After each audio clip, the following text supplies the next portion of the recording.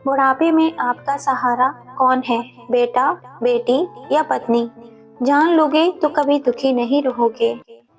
हमारी आज की कहानी है बुढ़ापे का अकेलापन। मोहन जी तन्हाई में आराम से कुर्सी पर आंखें मूंदे लेटे हुए थे। स्वास्थ्य कमजोर है आजकल उनका। उन्होंने अपनी विशाल कोठी को किराए पर दे रखा है। अपनी जान के लिए तो एक कमरा ही पर्याप्त है। बाकी हिस्से में बच्चों का स्कूल चलता है। बच्चों की शरारतें और अध्यापिकाओं की चलचलाहट से दिन भर हलचल मची रहती है। परंतु शाम होते ही प्रदूषण के अंधेरे के साथ कोठी में एक गहरा सन्नाटा सा छा जाता है। आम, जामुन, लीची, बेल, अमरूद के पेड़ बुत के समान चुपचाप खड़े रहते हैं। नौकर छुट्टियों में गांव गया और फिर लौट कर ही नहीं आया। दूसरा नौकर ढूंढने की हिम्मत ही नहीं बची। मलेरिया और बुखार ने उन्हें और भी ज्यादा कमजोर कर दिया था। एक गिलास पानी के लिए भी तरस जाते थे। इतनी विशाल कोठी के मालिक हैं, मगर तन्हा जिंदगी बिताने के लिए मजबूर हैं। बीमारी और बुखार की वजह से मुंह का स्वाद इतना खराब हो गया कि मन करता कोई चटपटा स्वादिष्ट भोजन खाएं, मगर बनाए कौन? अपने हाथों से कभी कुछ खास बनाया ही नहीं। नौकर था तो कच्चा पक्का जो भी बनाकर सामने रख देता उसे जैसे तैसे गले से नीचे उतार लेते। बाजार जाने की ताकत भी नहीं बची। स्कूल में गर्मी की छुट्टियां चल रही थी। रात में चौकीदार पहरा देता है। पास अड़ोस में सब कोठी वाले ही हैं। क्या हो रहा है किसी को कोई मतलब नहीं। आज अगर मोहन जी इस अपार धन संपदा में भूखे प्यासे मिट भी जाएं, तो शायद किसी को कुछ पता भी ना चले। उनका मन भर आया। बेटा डॉक्टर समुंदर पार अपने कैरियर में लगा हुआ है। उसे बूढ़े माँ बाप की कोई परवाह ही नहीं।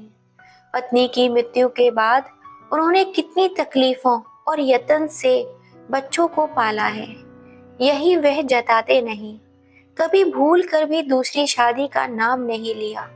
सौतेली माँ की कहानियां सुन चुके थे। साल 6 महीने में 1-2 दिन के लिए आ जाती थी। बाबूजी, आप मेरे साथ चल कर रहिए। बेटी पिंकी बड़े ही आग्रह से कहती है, बाबूजी, आप मेरे साथ चलकर रहिए ना। क्यों? मुझे क्या कमी है यहाँ? वह हंसी में टाल देते। बाबूजी, आप बेटी के पास नहीं रहना चाहते तो भैया के पास अमेरिका ही चले जाइए। बेटी की यह बातों पर वे आकाश की ओर देखने लगते।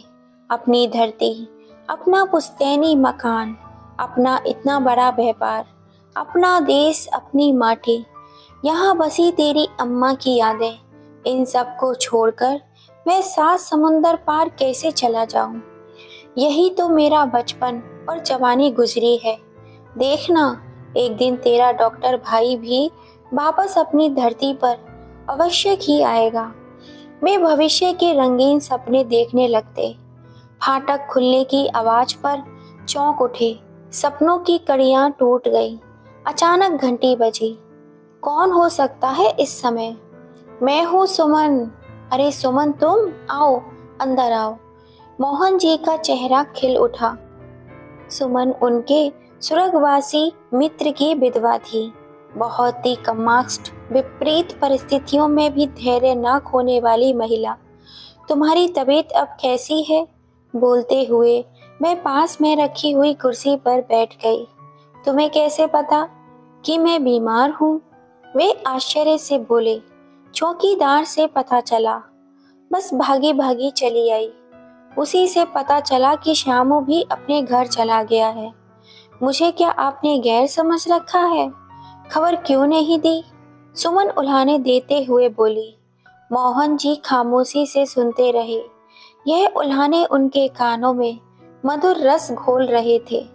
सुमन जी का गुस्सा उनके हृदय को शीतलता प्रदान कर रहा था। कोई तो है जो उनकी चिंता करके उन्हें हक से डांट सकता है। आज वो बहुत सुकून का अनुभव महसूस कर रहे थे। बोलो, क्या खाओगे? पकौड़ियाँ, तीखी और चटपटी सी। वे बच्चे की तरह मुस्कुराए। क्या? तीखी पकौड़ी? सचमुच इस बुढ़ापे में सटिया गए हो तुम। भला बीमार व्यक्ति भी कहीं तली भुनी चीजें खाता है क्या? सुमन जी ने पैनी बातों की तीखी धार उनके हृदय को चुभन के बदले सुकून प्रदान कर रही थी। फिर सुमन ने उन्हें अपने हाथों की स्वादिष्ट चटपटी मसालेदार खिचड़ी बनाकर खिलाई। उनके चेहरे पर सुकून लौट आया। सुबह सुमन ने फिर आने का वादा किया। वह बोली, कल फुलके और तोरई का झोल लेकर आऊंगी। मोहन जी का मन भर आया। सारी जवानी उन्होंने बच्चों के लिए कुर्बान कर दी थी। अब मोहन जी का मन भटकने लगा। पूरी जवानी उन्होंने बिना किसी स्त्री के ही काट दी। कभी भी सांसारिक विषय वासनाओं को अपने पास फटकने तक नहीं दिया। कर्तव्यों की वेड़ियों पर अपनी इच्छाओं की उन्होंने आहुति चढ़ा दी। वही वैराग्य मन आज साथी की चाहना कर रहा था। ये कैसी विडंबना है। जब बेटा 4 साल और बेटी 6 महीने की थी, उसी समय पत्नी की मामूली बीमारी में मृत्यु हो गई। उन्होंने रोते हुए दूध मुँहे बच्चों को सीने से लगाकर जीवन की लड़ाई लड़ी। अपने जीवन का बहुमूल्य समय उन्होंने अपने बच्चों की परवरिश पर न्यौछावर कर दिया। बेटे को उच्च शिक्षा दिलाई, फिर उसकी शादी की, विदेश भेजा, बेटी को माँ बाप दोनों का साया दिया। आज वही बेटी अपने पति के घर में सुखी दाम्पत्य जीवन व्यतीत कर रही है। सुमन ने भी अपनी जवानी संघर्ष में बिता दी। विधवा होने के बाद अपने बच्चों को पढ़ाया लिखाया। आज वे बड़े शहरों में नौकरी करते हैं, मगर उनकी दुनिया में सुमन के लिए कोई जगह नहीं है। फिर भी सुमन बारी बारी से बेटों के पास जाती रहती है, मगर हर घर की कहानी कुछ एक जैसी ही होती है। पढ़ लिख के योग्य होने पर कमाऊ बेटों पर माँ बाप से ज्यादा अधिकार उनकी पत्नियों का हो जाता है। माँ बाप एक फालतू के बोझ समझने जाने लगते हैं। सुमन में बस एक ही कमी थी, वह अपने बेटों पर अपना पहला अधिकार समझती थी। बहू की रुबाब सहने के लिए वह तैयार नहीं थी। परिणाम स्वरूप लड़ झगड़ कर वे अपने घर वापस चली आई। मोहन बहुत खिन्न रहने लगा, अकेलापन काटने को दौड़ता। अपने मन की बात किससे कहे। मोहन और सुमन जब भी मिलते अपने अपने दिल का दर्द एक दूसरे को साझा करते। दोनों को अकेलापन का साथी मिल गया था। सुमन की सेवा और उनके हाथों का खाना मोहन को स्वस्थ करने लगा। वह हफ्ते 10 दिन वहीं रुक जाती। दोनों के बीच भावनाएं गहराने लगी थी। उनकी हर छोटी बड़ी जरूरत को भाग दौड़ करके पूरा करने में वे अपनी संतानों की उपेक्षा तक भूल गई। हंसी ठठाके गपशप में एक दूसरे से कब इतने करीब आ गए, उन्हें पता ही न चला। बालकोनी में बैठकर नए नवेले युवक की तरह आपस में चुहल करते। मन में कोई बुरी भावना नहीं थी, परंतु जमाने का मुंह कैसे बंद करते। लोग उनकी अंतर्गता को कई अर्थ देने लगे। धीरे धीरे समाज में कई तरह की बातें उनके बारे में होने लगी। उड़ती उड़ती कुछ बातें उन तक भी पहुंचने लगी। समाज के डर से 2 दिन तक सुमन जी मोहन जी से मिलने नहीं आई। इधर सुमन जी के न आने से मोहन जी का हृदय बेचैन रहने लगा। सुमन जी के हाथों ने उनकी अर्थव्यवस्था गृहस्थी को नव जीवन दिया था। भला जीवन दाता को भी कोई भुलाया जा सकता है। दिन भर इंतजार करने के बाद शाम को वे सुमन जी के घर जा पहुंचे। नत्थू हलवाई के यहाँ से गर्मा गर्म जलेबियां बनवा ली। गर्मा गर्म जलेबियां सुमन जी को बहुत पसंद हैं। गलियों में अंधेरा अपना साया फैलाने लगा। ना रोशनी ना बत्ती, दरवाजा अंदर से बंद था। ठकठकाने पर सुमन जी ने दरवाजा खोला। आइए, अंदर आइए। जैसे सुमन जी बस मोहन जी के आने का ही इंतजार कर रही थी। सुमन जी की सूजी हुई आंखें देखकर मोहन जी ठगे से रह गए। क्या बात है, सब खैरियत तो है? कोई जवाब न पाकर मोहन जी अधीर हो उठे। अपनी जगह से उठ सुमन का आंसुओं से भरा हुआ चेहरा उठाया। तकिए के नीचे से सुमन ने एक पत्र निकालकर मोहन जी के हाथों में थमा दिया। कोट की ऊपर वाली जेब से ऐनक निकालकर पत्र पढ़ने लगे। पत्र पढ़ते पढ़ते वे गंभीर हो उठे। ओहो, इस विषय पर तो हमने कभी सोचा ही ना था। यह तो सारा सर हम दोनों के ऊपर लांछन है। यह चरित्र हनन का एक घिनौना आरोप है। अपनी ही संतानों के द्वारा उनका चेहरा तमतमा उठा। पत्र पढ़कर उठकर बाहर की ओर चल पड़े। तुम तो चले जा रहे हो, मेरे लिए कुछ सोचा है? मुझे उन्हें अपनी संतान कहते हुए भी शर्म आ रही है। सुमन बिलक बिलक कर रोने लगी। मोहन जी के बढ़ते कदम वहीं रुक गए और वापस कुर्सी पर जा बैठे। कोई रास्ता सूझ नहीं रहा था। क्या किया जाए? जब तुम्हारे बेटों को हमारे मिलने जुलने में आपत्ति है, इसका वह गलत अर्थ लगाते हैं, तो हमारा एक दूसरे से दूर रहना ही बेहतर है। अब बुढ़ापे में मिट्टी पलीत करनी है क्या? उन्हें अपनी ही आवाज काफी दूर से आती हुई महसूस हो रही थी। पिछले एक सप्ताह से भी सुमन से नहीं मिल रहे थे। स्वास्थ्य फिर से गिरता जा रहा था। डॉक्टर ने पूर्ण आराम करने की सलाह दी। शरीर को तो आराम उन्होंने दे दिया, पर भटकते मन को कैसे विश्राम मिले? सुमन के दोनों बेटों की वैसे तो आपस में बिल्कुल नहीं बनती थी, मगर अपनी माँ के गैर मर्द से मेल जोल पर वे एक मत हो आपत्ति प्रकट करने लगे थे। पता नहीं उनके किस शुभचिंतक ने उन्हें मोहन जी और सुमन जी के घनिष्ठ संबंध की खबर उन तक पहुंचा दी थी। मोहन जी का रोम रोम सुमन को पुकार रहा था। जवानी उन्होंने बच्चों की देखभाल में गुजार दी, परंतु बुढ़ापे का अकेलापन अब उन्हें काटने को दौड़ता था। दोस्तों, इसीलिए कहा गया है, सबसे ज्यादा जीवन साथी की जरूरत हमें बुढ़ापे में ही पड़ती है। जब हर एक कोई हमारा साथ छोड़ देता है, तब वही जीवन साथी हर परेशानी, हर कष्ट में हमारा हाथ पकड़कर हमारे साथ चलता है। आज मोहन जी भी इसी दर्द से गुजर रहे हैं। यह बिना किसी सहारे के कैसे कटेगा, यह सोच सोच कर वे विचलित हो जाते हैं। कोई तो हमसफर हो जो उनके दुख सुख में उनका साथ दे, जिससे वे अपनी मन की बातें कर सकें, जिस पर वे पूरी तरह निर्भर हो सके। तभी बाहर दरवाजे पर डाकिये ने आवाज लगाई, चिट्ठी। डाकिये के हाथ में विदेशी लिफाफा देखकर पुलकित हो उठे, जैसे चिट्ठी के स्थान पर स्वयं उनका बेटा खड़ा हो। चिट्ठी में आधी मुलाकात हो जाती है। मोहन जी के बेटे ने लिखा था, वे अगले 5 वर्षों तक स्वदेश नहीं आ सकेगा, क्योंकि उसने जिस नई कंपनी में ज्वाइन किया है, उसके समझौते में एक शर्त यह भी है। मोहन जी की आंखों के सामने अंधेरा छा गया। उनकी खुशी पल भर में ही छूमंतर हो गई। वे 5 वर्ष कैसे काटेंगे? सिर्फ यादों के सहारे? क्या पता वह 5 वर्षों के बाद भी भारत आएगा या नहीं।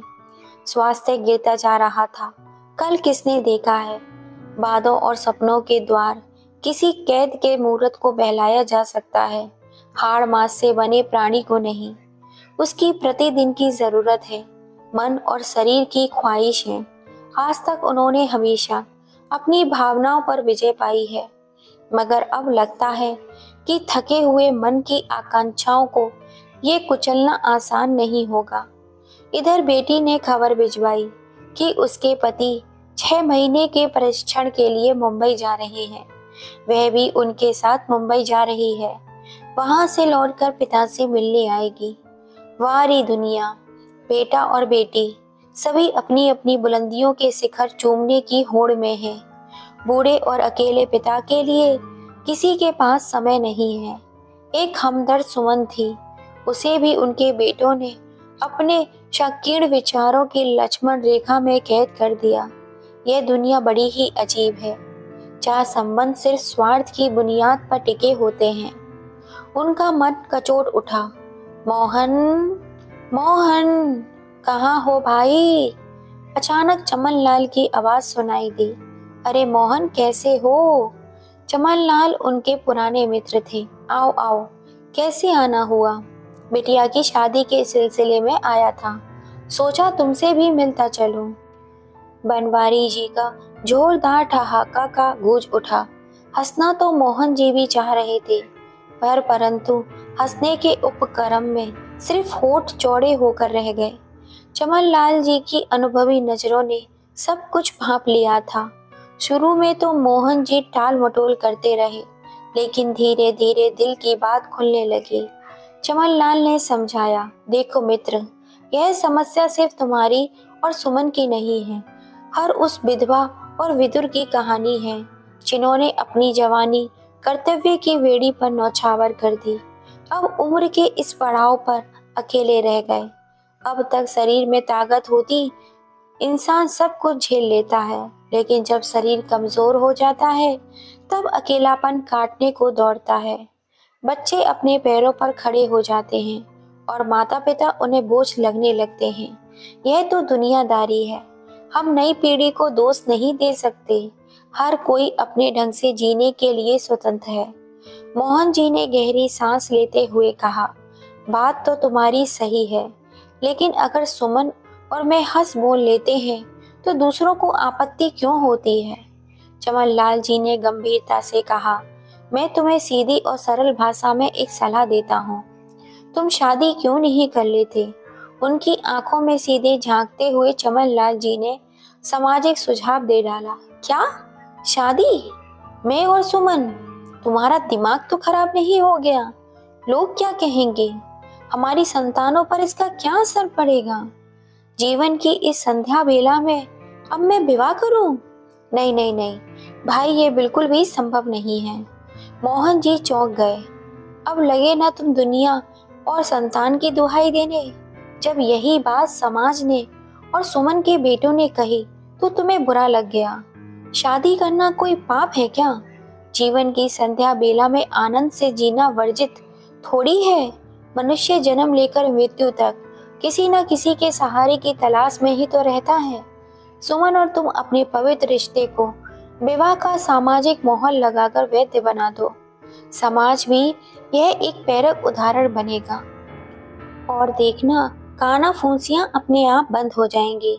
रही बात संतानों की, तो वह भी जब ठंडे दिमाग से सोचेंगे तो तुम्हारा निर्णय को बिल्कुल उचित ठहराएंगे। कभी कभी इंसान को निजी सुख के लिए भी कुछ करना पड़ता है। ऐसे ही कुड़ते रहोगे तो जीवन के कुछ वर्ष और कम हो जाएंगे। चमनलाल जी मोहन जी को समझाते हुए बोले।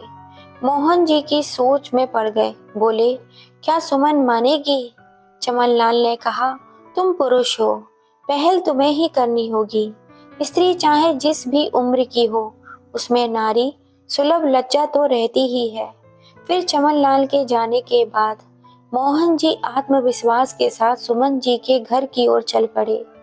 जीवन के इस अंतिम पड़ाव में वे एक नया सफर शुरू करने के लिए तैयार थे। दरवाजा खटखटाया। सुमन ने दरवाजा खोला और उन्हें देखकर हैरान रह गई। उनकी आंखें लाल थीं। ऐसा लग रहा था जैसे अभी अभी रो रह के उठी हैं। क्या बात है सुमन, फिर से रो रही थी क्या? मोहन जी ने पूछा। सुमन ने बिना कुछ कहे उन्हें अंदर आने का इशारा किया। कैसे आना हुआ? सुमन ने उनसे सवाल किया। मोहन जी सोफे पर बैठते हुए बोले, तुमसे एक जरूरी बात करनी है। उन्होंने सुमन का हाथ पकड़ते हुए कहा, सुमन, तुम और मैं दोनों ही अपनी जवानी में कर्तव्य निभाते निभाते अकेले रह गए, लेकिन अब यह अकेलापन सहा नहीं जाता। हमारी संतानों ने हमसे मुंह मोड़ लिया।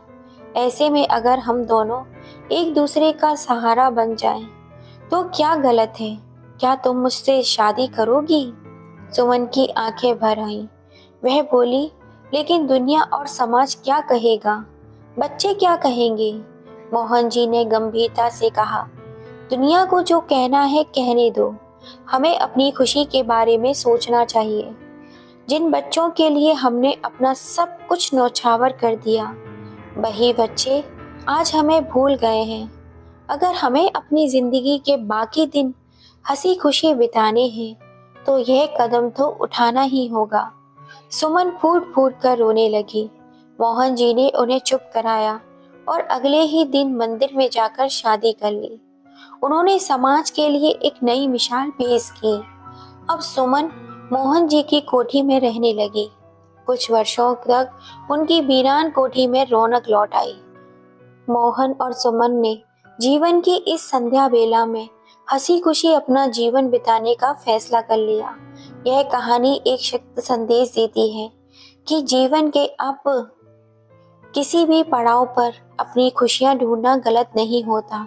मोहन जी और सुमन जी ने जो फैसला किया वह न सिर्फ सही था बल्कि समाज में एक प्रेरक उदाहरण भी प्रस्तुत करता है। दोस्तों, आपका क्या कहना है इस कहानी के बारे में?